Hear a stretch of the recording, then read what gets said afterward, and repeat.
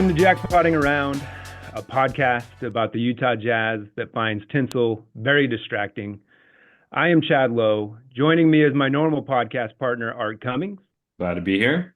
And joining us are two very special guests, the managing editor, big-time contributor to Salt City Hoops, also works on the Jazz Spanish language broadcast. If Rudy Gobert blocked your shot, he took note. If you helped the Jazz win, he gave you a game ball. You may not know it by looking at him, but he can run really, really fast. I'm talking about Dan Clayton.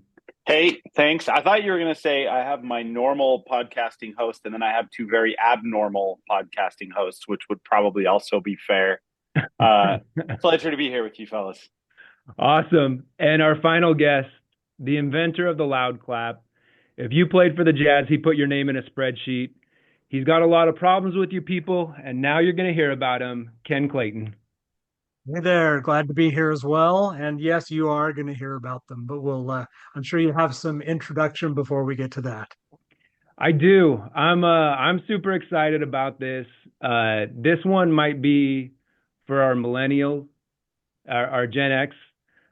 We decided to make this a very special podcast and call it a very Clayton Festivus. We have both of the brothers Clayton, and we're going to be celebrating our version of Utah Jazz NBA Festivus. If you don't know what Festivus is, well, I'm going to make you go watch an episode of Seinfeld. I'll give you a little background. Art, who is Gen Z, right? Gen Z Art? Yeah. He has watched exactly one episode of Seinfeld, and it was this one because we made him. And we do have some younger listeners, and so they're going to be like, what in the world is this? But I'm glad that we get to open your eyes. Festivus in Seinfeld, George Costanza's dad, Frank, gets upset at the commercialism of the holidays and invents his own holiday called Festivus for the rest of us. And in Festivus, they don't celebrate your normal holiday with trees and presents and all that. They gather around an aluminum pole and they air grievances and talk about all the ways that they've disappointed each other throughout the year, as well as perform feats of strength. And so tonight we're gathering around the Festivus pole and we're going to talk about all the problems we have with you people, being the NBA. I wanted to start, I have just gobs of things with airing of grievances, but I think that's probably the best place to start here is to talk about some of the problems that we have with these people. We're going to air some grievances, and I think we're going to go ahead and start with Ken. Ken is the birthright brother, correct? There's a rumor that might be true. Let's definitely get that on the record. Ken is the elder brother. He's actually the oldest of the entire Clayton sibling crew. Ken loves it. We do look a little bit alike, as you two can see. I know our listeners can't see us. We have been accused of looking a little bit alike, including when we used to drive around the East Coast when I lived back there, and Ken would fly out so that we could go to some games in arenas up and down the East Coast. A lot of people would ask us if we were twins, and Ken loved that because it either means that he looks 11 years younger than he is, or that I look 11 years older than I am. And so Ken just really loved the crap out of that. So yes, let's make sure that the record shows that Ken is the birthright brother. Absolutely. I will concede the point for this podcast, but I will, in the future, I may once again make other claims. Well, Ken, as the birthright brother, I'm going to give you the floor to air the first grievance that we've got here. What do you got? All right. I do have some problems with you people, and you people in this case is probably may or may not be anybody here, but I've got problems with Jazz fans who go Chicken Little, the sky is falling every time the team manages to win a game, which I will remind everybody has only happened 5 times this season so far. Only one team has won fewer games. The Pelicans have also won 5 games, but which I know Chad loves to hear because he made some big claims early on that, and I agree, by the way. Utah has the fourth worst point differential in the league, 26th worst offense, 28th worst defense, and maybe they can even get a little bit worse if they clear some of the experience off the bench over the next 2 months. So I don't think we need to go too chicken little. If they ever get to maybe, I actually meant to calculate what they're at right now as far as the win pace, and I forgot to do that before we got It's on. like But 19 wins. It's like yeah, 19. if they ever get to 25 win pace or higher, I might start getting just a tiny bit worried. But even then, I think there could be a correction coming right after that if it happens. So that's my first grievance is if the Jazz win one game in a row, which is by definition not a streak, we don't need to really get our panties in a twist. It's, you know, that's a good one. That's a He good one. used streak and panties almost simultaneously. So I have some grievances to air with Ken. PG-13 Ken. And by the way, it's kind of reverse Chicken Little, right? It's like the inverse of Chicken Little. They're actually saying that the sky is remaining in place and that's what they're upset about. They would prefer the sky to be falling. But I think the vast majority of people were talking about the sky is falling is winning. So I mean, Okay, all right. I think most Jazz fans at this point, I do still see a little bit of social media um, complaint. They're also airing their grievances that the Jazz should never tank. You never do this. And it's like, well, you ever want to get where you want to be. So the sky and ground seem to be falling most nights right. when it's like, wait, oh, we won, but we're also at all-time lows. How could Ryan let us get here? Yeah. That is valid. And when we get to feats of strength, I may have one there that relates to that, Ken. But yeah, all right. That's very, very good. Started strong, Dan. Well, I got a lot of problems with you people too. And in this case, the you people is whoever with their hexes and spells and voodoo charms led us into whatever crazy injury situation is happening across the NBA right now. There's just too much of it. Obviously, the Jazz's season has a very different flavor than it might have because Taylor Hendricks is hurt, and Taylor Hendricks was a guy that was going to get a lot of minutes. He was a guy they were going to invest a lot of time to see where he was, what he is, who he might become. So that's the Jazz's version. But I mean, look around the NBA, and it's hard to find a team who hasn't had their season just completely altered by injuries. I'm sure it's going to have impacted the trade market. You know, here in another week, the trade market's going to open up, and it's going to change probably in both directions. Which teams are buyers and sellers. Could make some teams actually more conservative and less likely to make deals. It's going to have changed the lottery panorama, which we all care about because, as Ken said, this is a season that we all know what the Jazz are doing. So the wheels falling completely off from a health standpoint in New Orleans is relevant to the Utah Jazz. Joel Embiid not being healthy until a month into the season is relevant to the Jazz. All these other things. So that's my grievance, and it's both because I just like watching basketball and I like watching talented young dudes do talented looking things, but it's also kind of upending where we could be this year as an NBA community and certainly as a Jazz fan base. I think some of this stuff is going to impact what the Jazz want to do at the trade deadline, and certainly could impact where they wind up in June. That was actually my number one as well. And specifically because, like, why did it have to be Taylor? Like, that's one of the, like, top guys that I'm like, why, injury gods, why did you take that from us? We would have enjoyed watching that. He is a guy that needs the time, and it's a significant delay in his progress. He's got a great attitude and all that, but injury gods, I've got some qualms with them as well. I'm not happy about that. And that was literally what I had circled at top of my list, is that I don't like this. Yeah. So I don't know if Dan or Chad, if you guys play fantasy basketball, but I know Ken just recently got back into it. And if I'm like looking at my lineup to set it for the day, it feels like almost everybody's got a questionable tag, day-to-day tag, something. It's absolutely ridiculous. Yeah, Even it's wild. even Jaeger Demon. I can't go watch freaking Jaeger. Hmm. Jaeger's out for a week and a half now Well, too. Like, come on. it's trickled down to BYU now, not just the NBA.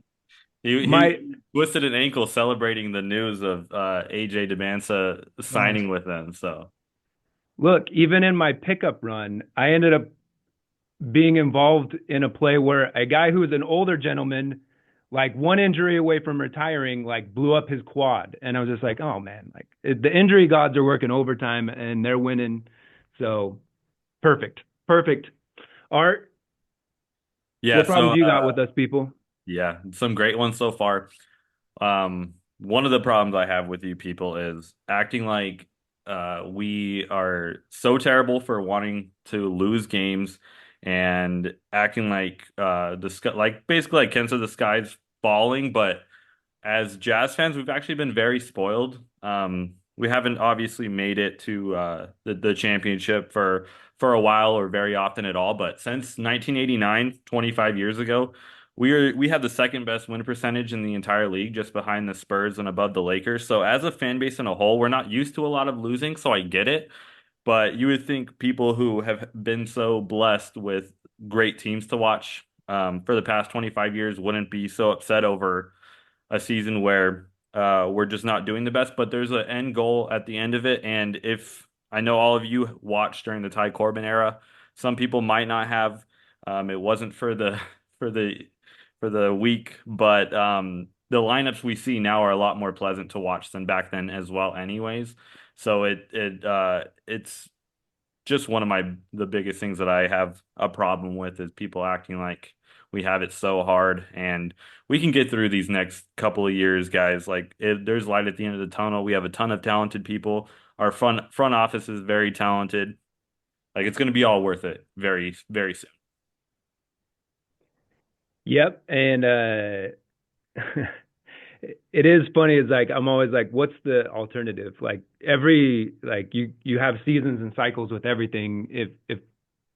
If we were winning 30 games, are you that much happier than if we're winning 20 games? Like we were just due for a down cycle. Like it just happens in sports. So uh, I'm I with you. and I understand people who get who continue to romanticize a little bit the Donovan and Rudy era because just 2.5 years ago things looked fairly okay-ish. Right? I mean, let's I guess 2.5 years ago things still looked pretty good, and then it took a deep drop, and just there are people who still romanticize the good parts of that.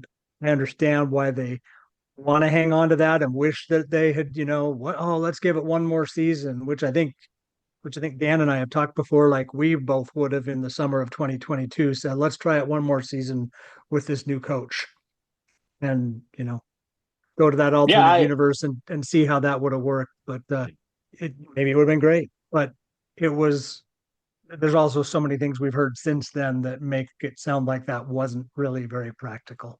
So I mean, we are I where we are. literally I wrote that column, Ken. I wrote Yeah. that column in early June saying, that if the Jazz want to give it one more shot Mhm. with Donovan and Rudy, not necessarily with that whole group. My thesis was, let's look at how they changed some of the complementary pieces and whatever. And then like literally within a week of writing that, I started to talk to some people who told me how not feasible that was, and I changed my opinion really quick. But yeah, I'm with you. I guess for me, back to Ken's and Art's kind of overlapping grievances, the the thing that's harder for me to um not roll my eyes at is like there are people I work with some who just believe that if there's a basketball game that the objective is to win it, and that's fine. I'm okay with that being a fan's viewpoint. I'm also okay with the viewpoint of the fan that, like, hey, the Jazz have not done the right thing the last couple of years. They need to prioritize getting a blue chip talent, and you don't get a blue chip talent by winning 32, 35, 37 games, whatever. I'm fine with both of those viewpoints. What I'm less fine with is when I see some of the same people saying, oh, the Jazz need to do this. The Jazz need to finally embrace and go full tank. And then they do, and they start losing a bunch of games. And some of those same people are the ones going, oh man, the Jazz are rudderless. They're so far from being a contender. What the hell are they doing? Why This can't is we a be the mess. Rockets? Yeah. So, whatever. Everyone always says, fan how you want to fan. But it's a little funny when people don't realize that they're kind of arguing against themselves. Yeah. No, that was very, very well put. It's like people say that, then when it comes and the reality of it comes, it hits them a little harder than maybe they thought, or they didn't know what exactly all that entails. And going back to what you guys said regarding the running it back one more time, I know myself and Chad had countless conversations that off season, and I just want to get you guys' viewpoint on maybe just the Rudy trade in general. Do you think their hand was kind of forced by how good that package was, and they sold right at the perfect time for Rudy? And do you think they would have gotten anything kind of similar to that package had they held on a little bit longer? Yeah, I mean, I think the way it played out, I don't think anything I'm about to say is breaking news. I think the Jazz went into that negotiation wanting Jaden. And the Wolves went in wanting to not have to sacrifice Jaden to get Rudy. And that meant that there was a natural impasse. And finally, what Minnesota went back with was, I heard from someone about 12 hours before the trade happened. I heard from someone I trust who said, yeah, it's dead. There's nothing, nothing's going to happen. I was in Bryce National Park. The next morning I woke up, I went on a hike. I was out of cell phone range for a while. When I get back to cell phone range, the first thing I see is a text from this other Clayton guy on this podcast saying, hey, did you see? And so that, they obviously made the trade. And when I got back in touch with the folks I was talking to, I was like, okay, so, you obviously you faked me off of the story, which is fine. I get that that's supposed to happen. And they said, no. At the time we spoke, it was truly dead because they weren't going to put Jaden in the deal, and we had to have Jaden. And then, so I think that's what it comes down to is as soon as Minnesota realized that to do this without Jaden, we have to supply everything we were going to supply otherwise. And then we also have to add to that a number of picks that would represent Jaden McDaniels' trade value. Right. And I don't think that offer was necessarily going to get better over the course of the summer. I think the only reason that the Donovan offer did get better over the course of the summer is because New York underestimated the number of teams that were actually producing real offers. All along, I don't think they had an idea that, Charlotte was offering real stuff. Washington was offering, and obviously not good enough real stuff. Cleveland was the one team that offered good enough real stuff. But I think I think that the Rudy deal was, 5 firsts for a guy who's, never going to be on like a first team NBA ballot is pretty remarkable. Even though I'm probably one of the world's foremost Rudy Gobert believers still to this day. Yeah, most definitely. I also think with the Donovan deal, I know Kobe Altman went on a podcast after and basically said that the Jazz came to him in good faith and said, if you give us everything that we want, like we're not going back to the Knicks. And I think that kind of good faith negotiating is what really could have helped them in that Cleveland negotiation as well. It's like, we know if we just say yes, we're going to get him. We don't have to wait for a counter, or they're going to go just use us as leverage with New York. So I think that just two really unique circumstances, really. And it's funny that you said that just 12 hours before. It's kind of crazy how fast things can come together with these deals in the NBA. All right. I'm going to switch it up a little bit because I've got some problems. And my problems are with Elf on a Shelf. Elf on a Shelf, look, Elf on a Shelf was created by the same cartel that gave us Build-A-Bear. And so you've got this elf now who is magically transporting itself to the North Pole every night. Every night. And I have to make this elf do some weird thing or hide somewhere so my kids can come find it in the morning.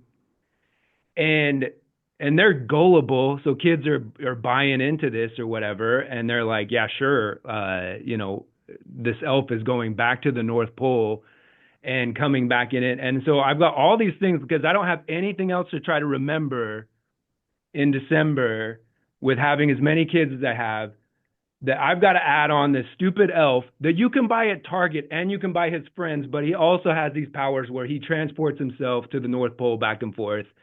I think that it needs to just be outlawed. It needs to be gone. I think it takes away from the Christmas spirit, and I think these kids are gonna catch on to the Santa Claus grift a lot faster because this elf is like, wait, we really think this, like, we're trying to sell a too big of a lie. And so I've got a problem with Elf on a Shelf, and I need everyone to know about it. That was very passionate. Yeah. I did not know you were going there. Ken, you kind of missed the Elf on the Shelf craze. Yeah. I did not, except we messed around with it last year at your house. We my kids are too old for Elf on a Shelf. It came after they were of an age where they would have cared about whatever positions we were leaving our elf in overnight or whatever you guys do with those things. But last year we were visiting Dan's house for Christmas, and when we came home one night, they were out with other family on the other side of the family, and we did things like put their elf in a shelf, passed out on the kitchen counter with lines of heroin or whatever, Yeah. lines of cocaine. Yeah. So we messed around with theirs, but I am almost an elf on a shelf virgin. Look, this which little I guess is bastard, the best like, it's sort of fine to elf just on a shelf person to be. Yeah. It's fine to just hide it, but this guy's making messes in my house. And now he's like, oh, he's bringing a gift. He brings a gift. And I'm like, oh my gosh. And so, and then I'm also walking through Target with my 9-year-old, and she's like, look, you can buy Elf on a Shelf's friends. I'm like, but you can't touch Elf on a Shelf at our house or he loses his, like, she's seeing through all of this now. And so it's all very performative, but I have to try to remember. And, yeah, I'm not in on Elf on a Shelf. I will tell you this: our dad was a Santa Claus helper, so already in our house we kind of had the added complication of, like, it had to be explained to us why Dad was putting on a red suit and makeup and a beard and going to other people's holiday parties. So we had all those explanations kind of in place. But what I will say is, what was sold to us was the story of Herman the elf.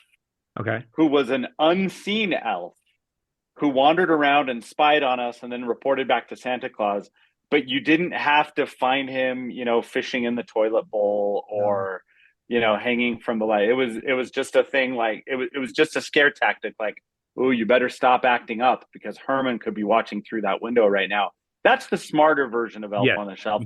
Elf out in the window that you can't see. But that's harder, I guess, for Target to sell and $14.99 off of. I'm all for guilting and paranoying my kids into behaving when they're that age when it works. And so I'm all for Herman. Don't get me wrong, but Elf on a Shelf, I got nothing. No, I'm out on you. Yeah. Anyone? Do we want to go around the grievances table poll again? I don't know if anyone else had some other grievances they want to get out. I do. Yeah. Real quick. I knew you would. So, this is kind of becoming a more common thing where it's like, there's these spin-off people on Twitter, who act as like NBA insiders who just basically post. I know, Chad, you kind of. Well, I was going to say, I think Dan has some thoughts on this guy too. And it's like, yeah, we'll bring up that with Dan as well. This is your reminder of the tweet you're going to talk about, but it's like, yeah, we just the Jazz are making Jordan Clarkson and John Collins available, and people take this like it's some new information. This guy's an insider. He's tight with the front office. Like, no, it's just regurgitating information that all of us knew already. You can set that tweet every trade deadline. It feels like the past 2 or 3 trade deadlines, and people aggregate people like this and make them seem like they're insiders. It just drives me crazy, honestly. Yeah, and by the way, my opinion that I wanted to share on that was less about that guy who Yeah. I mean, I know that there's a whole mythology now around this guy. Is he real? Is he not real? He's not. It's honestly kind of like Elf on the Shelf, Chad. Look, well, kind of, but look at his photo. If you were going to make an AI generated rumor mill monger, look at the photo, and you're like, that's what it would look like. Yeah. All right. I mean, I've never met him, so yeah, I don't have an opinion on his credibility. I spend little enough time on Twitter compared to 5 years ago that I don't spend my days obsessing about him. What I wanted to comment on was the Walker Kessler topic in general, because, again, I've had people just flat out say to me, Jazz people say to me, like, why on earth would we trade Walker? He's 23. He's really good. He's still on his rookie contract. He's why would you trade someone 2 years and 2 months into this team control and this this cost controlled contract when he's already good? He's already one of the league's 5 or 6 best paint protectors. So I more than anything just wanted to contribute to the conversation that, yeah, if anyone tries to tell you the Walker Kessler is for sale, don't listen to them. If they tell you that the Jazz are listening, yeah, I believe that. If they tell you that there's an offer that would make the Jazz have to do it, then yeah, I would believe that there's probably a threshold somewhere where they would have to do it. But the Jazz are not looking to trade Walker, and that's been spelled out to me pretty clearly a couple different times. Yeah, and I that's great to hear for one. I'll talk more on Walker later. That's kind of one of my later things after what we're doing after the grievances. But I think in general, obviously, when you have Danny Ainge in the front office, he's going to listen to anything. I think it would just be malpractice not to listen, obviously. But for some of the rumored packages and offers for Kessler, it's like, yeah, of course the Jazz are going to turn that down. It's not even close to what I think would be fair value for him. I know me and Ken were kind of talking, this was before the season, about the Knicks, and it's like the Knicks picks that they had were like heavily protected. They're terrible. So yeah, their offer of 2 first-round picks isn't 2 first-round picks are not equal across the board. And I think that's something that people kind of forget at times is that not all first-round picks are treated equal, and even 2 heavily protected picks are not even close to worth like 1 great pick. So that's just something to keep in mind around these times as well. Absolutely. Absolutely. Any other complaints? I've complained all I can. Oh, good. I was gonna come after Santa Claus after going after Elf on a Shelf. You know what? I'm gonna do it. Okay. Listen, Santa Claus comes and takes all the credit for the great gifts, right? That I paid for. It's true. My heart. He takes all the credit for the good ones. I'm giving like the little ones, right? Not only that, he doesn't even participate in the building of the Barbie house. I'm the one who's up at midnight watching It's a Wonderful Life, crying to myself while I finish the Barbie house, partly out of, gratitude for what a great life I have, but also partly because I just put 247 pieces of plastic together that don't really fit that great. And I know that the kid's probably only going to play with it for the first month that it's together. And so Santa Claus is painted as this big, amazing altruistic servant. He's really just taking credit for all of our work and for all of our gifts that we've given. And so I've got a problem with Santa Claus. No, you are not alone. Okay. As Dan explained, our background was we had a Santa in the house, and we were definitely Santa allies. But when I got married, so for the purposes of this podcast, I've admitted I'm the oldest. That's to be determined if I stick with that story in the future. But my wife is the youngest, And my wife was essentially kicked out of belief at a very young age because because Because it's her work. well, no, it wasn't by her parents actually. It was by her next oldest siblings, or next, no, the siblings who were just older than her. Her sister is 7 years older than her, and her brother is 10 years older than her. She was very much a mistake, like, uh-oh, child. Unplanned. And yes, an unplanned little girl. And her, 7 and plus 7-year-old and plus 10-year-old siblings came to her and said, "Hey, here's the deal. Mom and dad are only going to keep buying us all a bunch of gifts as long as you believe. So, so Santa does not exist, but your job is to continue to let them believe that you believe. Because the longer you do this, we all benefit." And it worked however long it worked. Well, when we got married, our family tradition was that we had gifts under the tree, both from parents and from Santa. And you're right. The better ones were usually the Santa gifts. The big gift was a Santa gift, and a few others. And then, the package of underwear, that was from mom and dad. Mhm. So, Yeah. yeah. So, Yeah. The Voltron came from Santa. The uh-huh. Thundercats came from Santa. Now I'm dating myself. Yes. Yeah. Anyway, go ahead. The Okay. game So we get system married. always came from Santa. Yeah.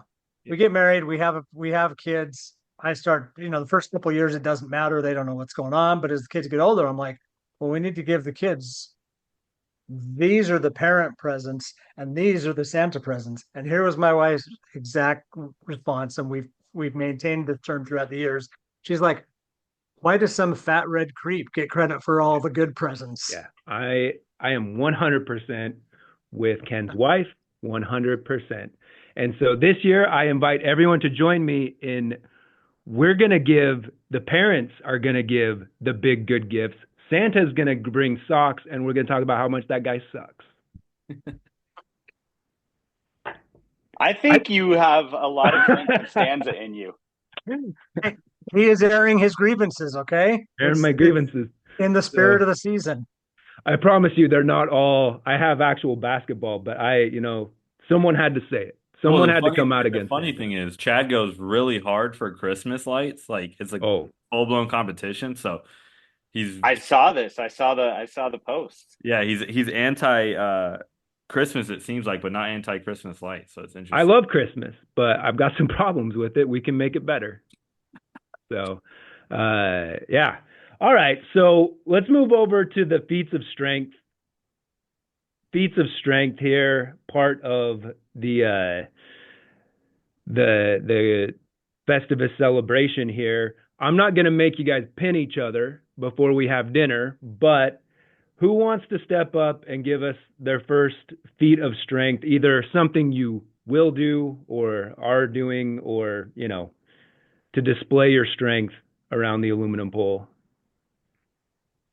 I've got one that's really, I guess this is more bragging about a past feat of strength, but I'm gonna roll with it before you stop me. So on October 22nd, Dan and I recorded a podcast, and I tweeted about it the next day for the Jazz opener. And that night on that podcast, I wished for Walker Kessler to average a double-double and 2 or 3 blocks. Ooh.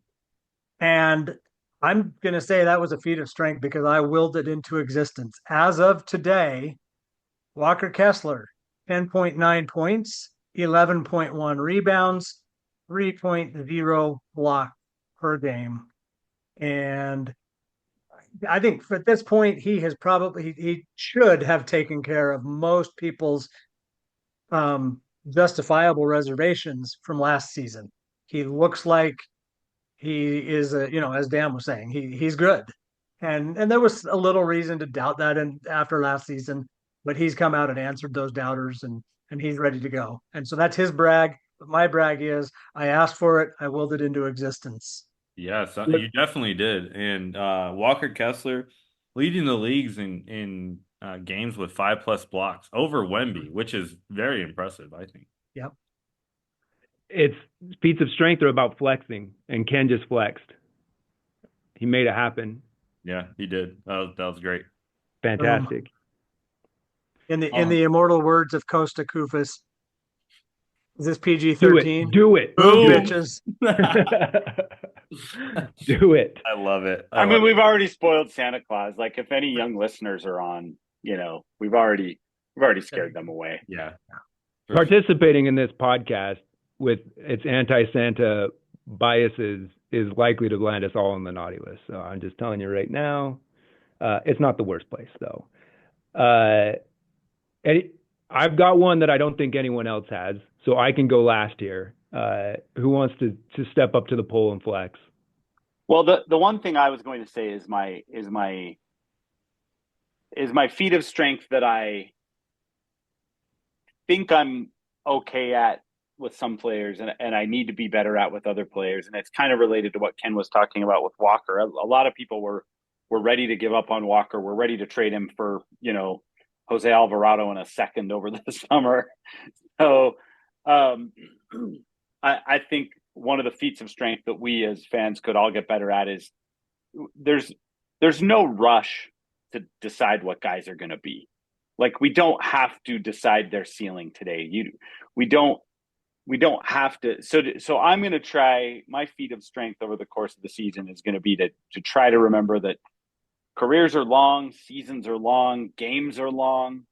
That we don't have to be in such a rush to figure out what guys are, and more importantly, what they aren't. A lot of talk about these 7 recent draft picks and what their quote unquote ceilings are. I don't know what someone's ceiling is who is still 20 years old. Like, what?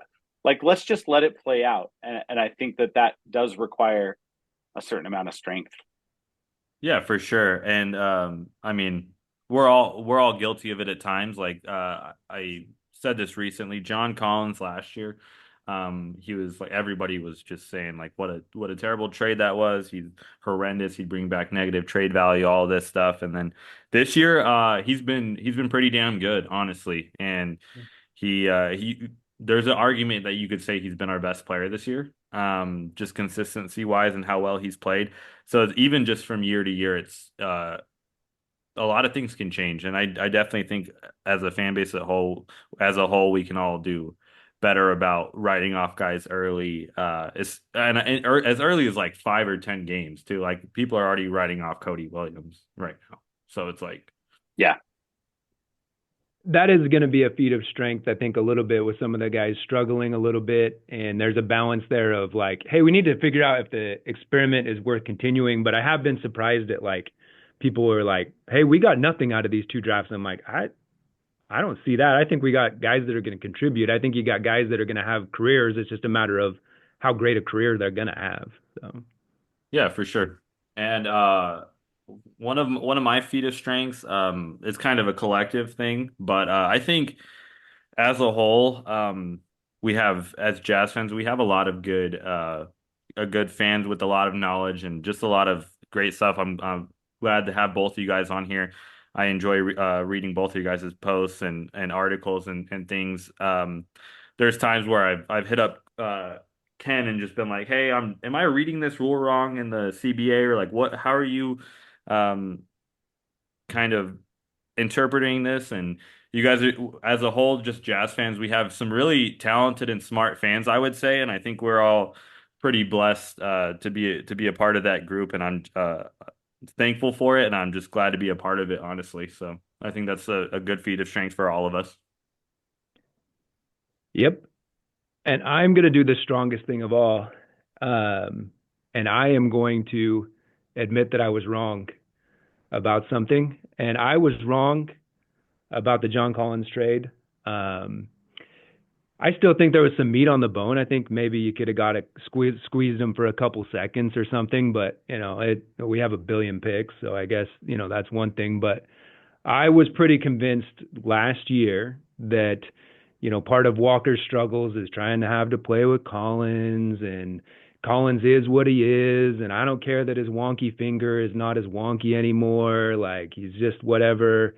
And I wouldn't go back and undo it now. We would have rented our cap space, I'm sure, got a couple picks, but you've got John Collins who's having a great year. He's obviously made improvements. He's fun as hell to watch. He does at least one cool dunk a game. He'll get a cool block in there as well. He's super well respected amongst, he's just kind of that role model veteran guy you want. He seems super respected around the league. You see him enter a little like fracas and it kind of dissipates instantly. And you kind of need that guy, especially with the young guys. You don't want him out there getting punked, and he makes sure that doesn't happen. And I am really enjoying the John Collins experience. And I thought that was a waste of cap space. I thought it was going to set Walker back. Thought it was going to hurt the tank. I didn't really care last year that it, put us from wherever it would have been to the ninth spot. But I was wrong, and will admit defeat that I guess the Jazz front office was smarter than me. And you know what, Chad? If you told me just even a couple months ago that you'd be saying this right now, I would be like, and not even in a bad way. I would be very shocked at the kind of turn of events. And now I didn't hate it in a way that like, oh, this is the dumbest thing. I was just like, oh, it's just the same thing with the Taylor Horton Tucker trade. It was like, hey, there's a little meat left on the bone that I wish we would have got a little sweetener as we took on this contract. But John has been friggin' awesome, and I'd rather be wrong and have guys do better when I'm, I guess, wrong against going against the Jazz front office. I'm a company man. So yeah, I mean the thing about the John trade is just how comically little the Jazz had to give up to get a look at a 26-year-old who's 6'9" and can roll and pop and dunk and do fun things. And yeah, he's defensively flawed. We all know that. But I like, to me, that always felt like a deal that like a rebuilding team should do. Obviously, it's one of those trades where the biggest cost, they gave up Rudy Gay's corpse and a fake second that is not going to convey. So they literally just got him for free. They did not pay anything of any value for John. So really the only cost was the opportunity cost. I think that's your point, Chad, is like, Was there another deal out there where they got a guy who's 70% as good as John Collins, which doesn't really matter because they're not trying to be good in the short term anyway, that would have brought a first?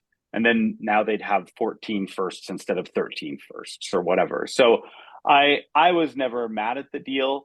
But I do get the argument of like was there a different version of that trade that would have been asset producing and not just asset neutral and here, have a look at a guy?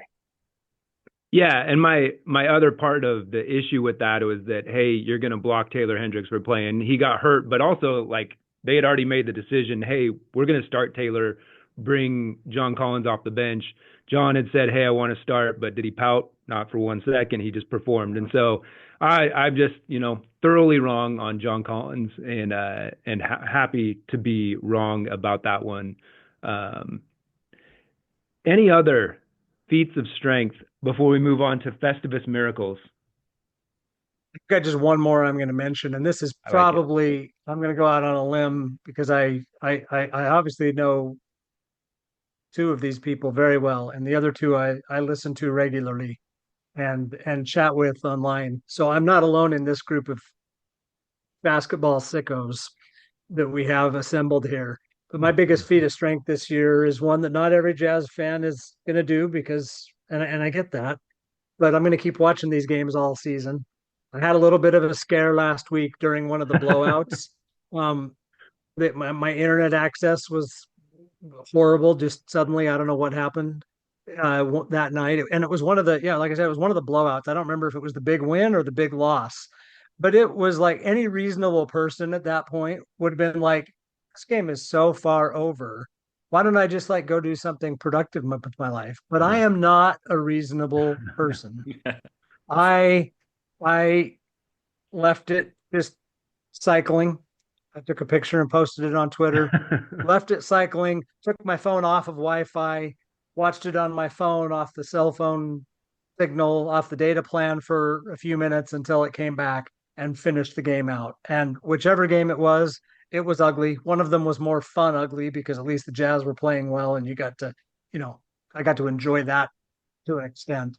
But yeah, I forget which of the two it was, but it was I'll be there. I've been there. At this point, it's just my entertainment, and I can be entertained even if the season and a game are going poorly. Ken, would you have called the internet company though? That's what I want to know. Is if you would have called your internet service provider to be like, I need to get this game back up. How committed No, are you? Okay, okay. I view that as an exercise in futility. That was the correct answer. If you had done Yeah. that, we would have had to have you checked into a facility. So Fair. yeah, that's another one. I had another one on here is just that goes along with the Chicken Little. Hey, we can win some games. I'm gonna not complain about winning games here and there. Got it. Yeah, so. NBA players like to win games, it turns Yeah. out. You know what I mean? Like, I think everybody knows what we're doing on the team, but like that doesn't mean that like they don't want to occasionally feel good, go to bed feeling good. Like, let's give them that. And anyway, yeah. The Lakers game was basically perfect because I can say, hey, we won. Colin Sexton made a game-winning shot. Will Hardy ruined it, and so we actually won. It goes down as a loss. Like that's the perfect. But you're not going to have them all be perfect. And there's been a lot of weird things about this season. Like when I want to go crow to the Warriors, people who told me we were going to be the 9th seed. I'm like, look, I told you we could suck with Lowry. I told you. Like there's just some weird parts to this system, and we all are just living with this broken system and managing it the best we can. Yeah, my daughter texted me from work one of those nights and said, hey, we have the game on the TV here and I'm rooting hard for the Jazz. And I texted back, have I not updated you? Yeah. I was like, keep that up, keep that rooting for them down a little bit. Like, I don't want your wishes to be, to actually have some impact on the game. And she's like, oh, is this one of those for a draft pick things? That's awesome. Yeah, that's some good parenting. Yeah. My 9-year-old literally before the season started, she's like, so what are we going for this year? Like, I'm like, it's complicated, hon. I don't know. So yeah, I had a leader come to me at work and say, are the Jazz ever going to get things figured out? And I'm like, dude, they have things exactly figured out. Like this is them being figured out. Trust me. They understand the assignment. Telling us the Jazz suck is not the flex they think it is either. I'm like, yeah, I know. Like we're trying to suck, and people just are like, what? Like, I had a buddy of mine who he was impressed with my thoughts into the BYU pro. He's a BYU alumni, but he's a Kings fan, and did he contribute to the NIL? I don't think so. But he was impressed with like what Ryan was doing with BYU, and he's like, hey, he texted me. He's like, hey, I think I'm gonna pick up the Jazz as like my second favorite team. Any thoughts you'd have for like a wannabe Jazz fan? I'm like, please don't do it. Not now. Wait 2 years. Yeah, like if you want to, you can, but I'll let you jump on the bandwagon. Like you don't have to do this to yourself. So yeah. Festivus Miracles. What are some of the miracles that we've seen or that we want to see this Festivus as part of our celebration? Whoever wants the floor can take it. I want to see Cody Williams getting like legitimate positive rotation minutes before the end of the season. And I think at this point, that would feel like a Festivus miracle. It does. Yeah. I have a weakness for Cody. I love the idea of Cody. I think Cody's a player who, if he realizes 70 to 80% of his best case scenario, he could be really interesting in ways that are relevant for the Jazz and the way they're constructed and the way they could be constructed after these next couple of drafts. Right now, he's playing more like at 5 to 10% of his best case scenario, and that's if we give him credit for G League stuff. So, I still want to be a believer. But yeah, that's a Festivus miracle I would love to see coming true. Although I'm I'm also not in a hurry. It might be February before we see him really get back to playing meaningful minutes. It would be really nice. Even if it was like a Taylor Hendricks kind of flash for 15, 20 games. We can't have people talking about getting a third Ochai after taking Ochai, Taylor, and then Cody. So Yeah. I would agree. That would be great to see. One of mine is a little bit further down the road, but it's moving up in the draft lottery. We've never done it. We owned Brooklyn's pick in 2011 and they moved up, but our own pick has never moved up in the draft lottery era. So I feel like that's a it qualifies as a Festivus Miracles if our own pick moves up in the draft lottery. I had that one on my bingo card for sure. Here, Yeah, here. that's very, very closely related with what I was gonna say. In There's only one real miracle I'm hoping for this year, and it shouldn't be a miracle, but it is. In 51 drafts, the Jazz have had the fifth pick once, and that didn't go really super well. That was Dante Exum. I asked for a Dante Exum jersey that year for Christmas, and Dan had his wife buy it for me. She had my name in the family draw, and he got traded between the day they bought it and Christmas. Anyway, so Dante Exum, we had the third pick really only twice. Dominique Wilkins, who we sold to keep the franchise afloat, Ennis Cantor. We also picked Darren Williams third, but we actually had to trade up to get that pick. So that wasn't like we organically didn't get that pick. And the Jazz had the second pick once. That went a little better. Darrell Griffith was a Jazz great in the early days, but he never made an All-Star game. Didn't quite, like he had an injury in his fourth or fifth year, or he might have.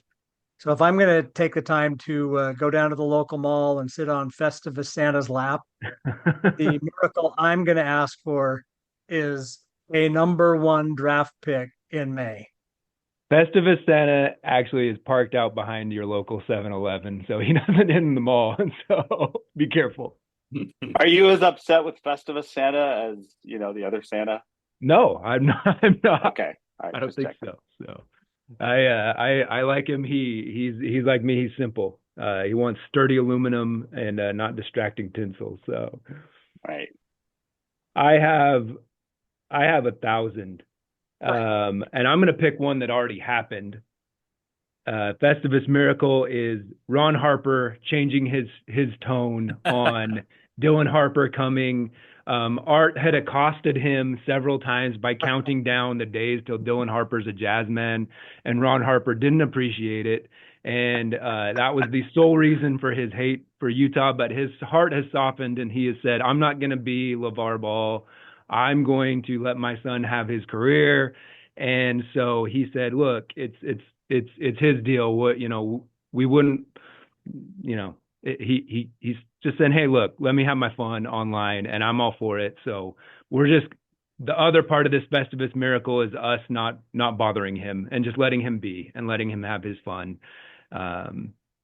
In a very pick-me state, we can't handle some of these things where we don't think people like us. And so I think that's a little bit of a miracle, him actually coming out and saying, hey guys, chill. Yeah, for sure. Way to change the narrative, Art. Yeah, he was searching out for stuff too, though. Like he was looking for just some off tweets. Didn't even mention him or anything. Just posting like a screenshot of the Tankathon mock of us moving up to 2 or staying at 2 or whatever and taking Dylan Harper. And he was searching out that stuff. So he must have just been bored one night and then just kind of became a thing. But I was very happy to see him tweet that as well, Chad. So, and I did make a joke that Godfather Danny made a call behind the scenes. But does Vernon Maxwell's kid have it? Is he good at basketball? Can we get a Maxwell kid too? That'd be great. That'd be awesome. Ronnie Cycli, maybe. Let's just do the Derek Harper. Derek Harper. Derek Harper. Yeah. I mean, let's do it. Like I get our complex because we've literally had a guy. I don't know of any other team that's had a guy said, no, you go play in Utah, but Yeah, I thought that was good. Anyone else got other miracles? I literally have like 15 of them. I mean, as long as we're going for miracles, and I hate doing this. Sorry, Rudy. Sorry, Mike. Sorry, Joe. Oh, this is on my list. Yes. Minnesota just going ahead and coughing up another lottery pick to the Jazz, and having that pick get interesting, like that would be fun. Even though I would, the part of me, I do not like Schadenfreude as just a general philosophy in life, much less when it's directed at three men who I spent a lot of years loving. So, but it would be pretty hard to not like the idea of the Jazz picking, second and fourth, or third and sixth, or first and third, or whatever. So there you go. That's a miracle we can all. Ken Clayton called on the Festivus injury gods to go after Minnesota. That's what I heard. Or Dan. That was Dan Clayton. That was Dan. Dan Clayton called for it. Ken didn't say anything. He didn't say no. I get what you're saying, Dan. Sorry. I just underperform and be generally unhappy and not get hurt. But yeah, you're speaking my language. That's all. It's very on brand for this podcast to go at the Wolves. But yeah. Art is definitely not one of the many who has transferred part of their fandom to Minnesota. Yeah, complete opposite. Like they were, we just beat up on them all the time. Started to feel bad for them a little bit, but now it's just the complete opposite. They're public enemy number one in my eyes. So I mean, look, I love those guys, but in a year where there's an unprotected pick coming Utah's way, like, sorry, but you got to be a little more. We have to be more unfeeling than that. And if there's a year that we get to see Mike and Rudy and Joe experience great success and shut up their haters, that would be really cool and fun. But let's just have it not be a year in which their pick is owed to the Jazz. Yep. Right. 100%. Perfect. Art, I'm surprised that you don't have this one on your Festivus Miracles list, because I know you're ready. I would like Jordan Clarkson to be traded. And I don't hate Jordan Clarkson. It's for his own good. It's like one of those breakups where it's like, hey, we're both better off with this happening. We're both going to be happier. Your plantar fasciitis can heal. I would like that to happen for everybody. I don't know that it's going to happen. So it feels like a minor miracle may need to happen, be a part of this. Yeah. We keep thinking every year it shouldn't be a miracle, but I keep thinking it is going to be done at every trade window. And I've been wrong every time. Speaking of admitting I'm wrong, there's receipts out there that show that, oh, he'll be traded this deadline. Oh, he'll be traded this offseason. And here we are. Yeah, I'm not too far behind you on that. Last year, I felt pretty good that he was going to. Like, there was a lot of smoke with him and the Knicks, and they obviously ended up pivoting and got Bogey instead. But Jordan Clarkson did teach me that him and Kyle Filipowski do not play the same position, so that was very valuable knowledge from him for sure. Yeah, I saw that. You and I have that in common. We both had Jordan Clarkson come at us after a game. So all good though. All good. Yeah, and I truly love him. He's great, and he hates Art so much. So we have that in common. We're all positive guys, like Dan, Ken, Chad, me. Like, we're all positive. Like, you look up and down our all of our tweets, we have like 99% positive, but that one time that 1% is the one they search out and comment on. So that's it kind of it's like shocking at first, but yeah, interesting stuff. Yeah, I've got good stories about that. These days I don't really spend a lot of time in the locker room. I just don't need to do the job I'm doing for the Jazz. But back in the day, I used to have relationships with players. So when I woke up at 2 a.m. and saw that Rudy Gobert liked my tweet about how raw he was and how he needed more time before he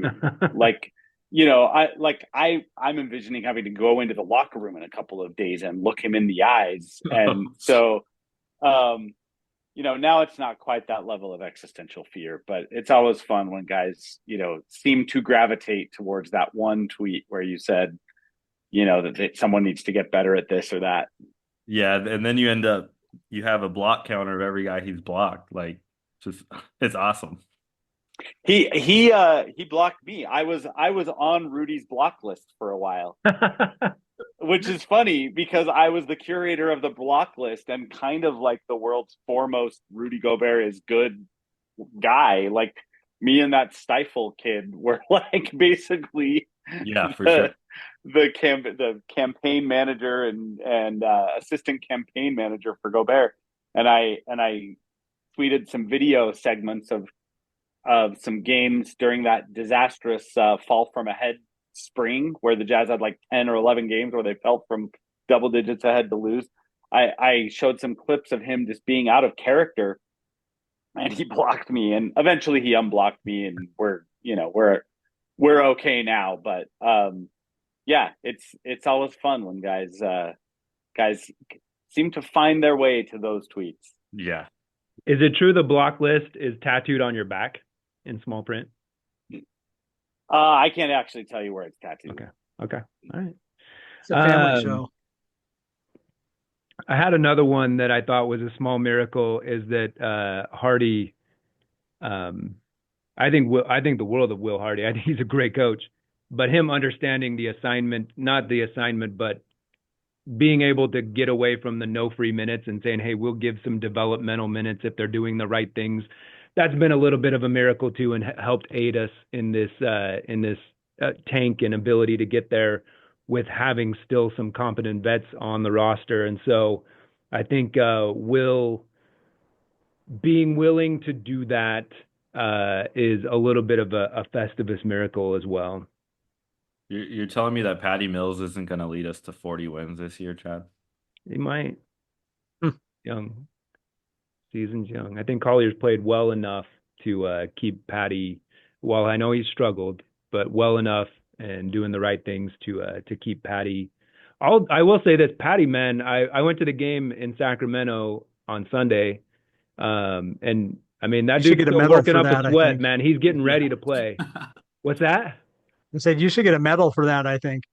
Ken, I didn't finish the game. I said I went to the game. Okay. I looked at my wife at about 8 minutes left, and I was like, hey, hon, if you want to go home, we can beat traffic. Because the great thing about the Kings is their fans will stay to the buzzer to try to light the beam. And so even when I leave right at the buzzer, I can usually sneak out and beat traffic headed home if I stay to the end. But there was no way. I was like, there wasn't even anyone interesting I wanted to watch. So I had to look. I know that you can put it against, give me a strike against my fan card. I'll take it. It was worth it. I regret nothing. Ken has actually been to a whole bunch of road Jazz games and has witnessed one loss, which is kind of remarkable. I have a 14-1 record in road games. I literally, I have a better record on Jazz road games than home games. Yeah. I'm gonna need you to stay the hell out of the stadium on those road games for the next couple of years, though, bud. Yeah, well, that's how it's worked out lately. It's, life got complicated with spouses, jobs, and school, and work, and so. Yeah. It was the salad days were back when Dan lived in New York, and I could just show up there and we'd drive to Boston, Philly, or take the train down to Madison Square Garden or whatever. You were winning on the East Coast. That's impressive. Oh yeah. That's where we did most of our damage. The one loss that he went to was in my neighborhood. Yes. A short walk from my house in a year when Brooklyn was bad and the Jazz were supposed to be halfway good. The Jazz lost to the Nets in kind of a shocker. We were sitting right behind the bench in that game because turns out nobody gave a crap about the Nets that year. So you could get what were we like? There were 3 people in between us and Quinn Snyder, basically. Something like that. Yeah. And crazy. And for like, $100 a pop or something like that. And they lost that. But we were there for Lowry's big explosion in Houston. What did he have? He had a 41 or a 43 in Houston. We were there for that. 49, wasn't it? I was gonna say it was almost 50. Was it? Okay. It felt like, if It all I'm remembering bleeds right. together at a certain point. But yeah, Exactly. So whatever Lowry Markkanen's jazz high is, we were there for that. That's a flex. We were there for that's like we were there for an upset over the Nuggets. Saw them beat Joel Embiid in Phoenix. I've seen them beat Joel Embiid in Phoenix 2 or 3 times actually. Anyway, yeah. So Ken, when we In get back Philly. to hoping In that Philly, the Jazz, not in Phoenix. what did I say? Oh, sorry. Yeah. We watched them win in Phoenix. So anyway, so when we get back to hoping that the Jazz win games, it might be worth all those NIL people who put into the AJ DeBanza fund. We should get them to pay for Ken's flight and road game ticket fund. Yeah, I'll contribute. I'm not superstitious, but just like Michael Scott, I'm a little stitious. Stitious, yeah. So I'm here for it. It's hard to argue with 14-1. Yeah. Well, guys, I don't know if there's any other Festivus Miracles, any other Festivus celebrations, any other takes we should get off here before we wrap. Anyone have anything they need to get off? Or did I miss any? Did I have any holes in my Festivus celebration here? No, I think we covered it. You mentioned tinsel, the aluminum pole. We did the 3 sections. I can't think of anything you missed. And I seriously, when I tweeted that out, I did watch the episode last night just to refresh my memory. I watched it like 2 hours ago, to be honest with you. This is the amazing thing about Seinfeld. In one episode, they give you Two-Face, Festivus, the Human Fund. Like, like some of these episodes, I'm like, I didn't know this was the same episode as that other episode. It's Art. Look, just go back and watch it all. He didn't like the laugh tracks. Art didn't like the laugh tracks. Yeah. Laugh tracks are hard for some people. My buddy Aaron A. Heffy on Twitter, he has the same beef. So there are some other classic shows that he just can't abide because of the laugh track. We have to have the technology to remove the laugh track at this point, right? I feel like it would upgrade the shows, and like it's just makes it worse when like the laugh track comes at like they're not even trying to be funny, you know, or they just say something and then it comes out. Yeah, brutal time, but an amazing show, and I need you to watch from season 1 to 9 or 10. I won't, but I'll keep that in mind. All right, gentlemen. Well, I appreciate you jumping on. Everyone go follow. Are you guys Twitter and shameless, X and shameless Blue Sky? plug time, guys. Plug yourselves. Yeah, I'm on both of the things. On both, I'm Dan Clayton 0N, so Dan Clayton, but with a 0 for the O. But more than anything, I just want to plug, Salt City Hoops. We actually are in the middle of working on kind of a little relaunch. Salt City Hoops is gonna have a new look and feel soon. And hopefully, along with that, we'll have a lot more content coming your way. I'm actually chatting with someone right now about someone who I think has been a big part of the Jazz community who's interested in kind of keeping their voice out there at Salt City Hoops. So anyway, just Zach Lowe? Yeah, exactly. Zach Lowe is in talks to. No, I'm kidding. Keith Smith was Zach Lowe tweeted tonight that he had a piece that he wrote and filed, but it never got published because he got let go. And Keith Smith said, somebody ought to put this up. And I was thinking, hey, Salt City Hoops would take it. Yeah. Yeah, easy button. I'd pay him for it just to, it'd be cool to. $25. Salt City Hoops isn't really a money producing site at the moment, but it would still just I like just to have the clout of being the site that got a Zach Lowe piece. Oh, for sure. Right. Anyway, no, that's awesome. Yeah, no, thanks. Ken, do you want to plug your I'm on Twitter presences? Yeah, I'm on Twitter at K_Clayt, and I'm on Blue Sky at KClayt, no underscore. Although I was actually thinking, let me workshop this for just 10 seconds. I was actually thinking of changing on Blue Sky, moving over to be at Loud Claps. Ooh. Loud Claps or Loud Clap? Singular, plural? Oh, I've witnessed the loud clap, and it's definitely a single, like, That's true. the loud clap is a very different event than loud clapping. Yeah, no, yeah, loud claps would just be referring to it happening more than once over time. But when it happens, it's just a single clap. What Okay. about loud clap Ken, clap with a K for the alliteration? Maybe I'll give it some consideration, but I Okay. better decide soon now that I've said this on a podcast, or else somebody else will grab it. I'm gonna go register all of them You got about an hour all right my now alts. before All this. my alts. I'm gonna steal your image and I'm gonna post all sorts of wild stuff about Yeah. things. Yeah. Yeah. No. Yeah. Loud clap. Yeah. Those are all great. I'm contemplating jumping over. I barely figured out the X Twitter, and like I'm like, now I have to post on two different things, and I'm like, well, I'll figure it out. It's tough. It's like right now engagement is pretty low on both of them. Yeah. Because I think on X, the between the busted algorithm and people are less. Yeah, I don't know. It's dying down there. It hasn't really picked up on the other yet. It's hard to kind of scratch that itch right now in the social media in the NBA social media world. Yeah, All I right. think with the Jazz not being very good, a lot of like, I mean, and it's understandable. A lot of casual fans like they want to talk about the Jazz when they're good, and like the 2020, 2021 era, like there was a lot of engagement and a lot of Jazz fans wanting to talk Jazz hoops on Twitter and stuff. So when we're not doing so good, engagement's at a low level at the moment, which is unfortunate but understandable, I would say at the same time. Awesome, guys. Well, thanks to the Claytons. Apologies to the Claus family. Everyone have a good Festivus out there. Have a good Christmas.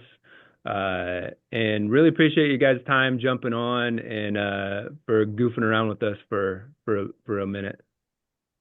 Yeah, of course. Yeah, Thanks no for having problem. It us. was great to be Go here. go hide your elf on the shelf. Real quick, thanks guys. We don't be strangers. We'll definitely would love to have you guys on again.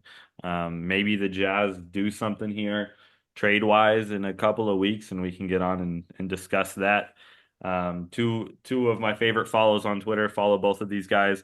Follow Chad at jpottingaround on Twitter. Follow myself at Art Takes Note. And like as Chad said, thanks you guys so much, and hopefully we have you on again soon. Take care. Thanks, guys. Thanks, guys.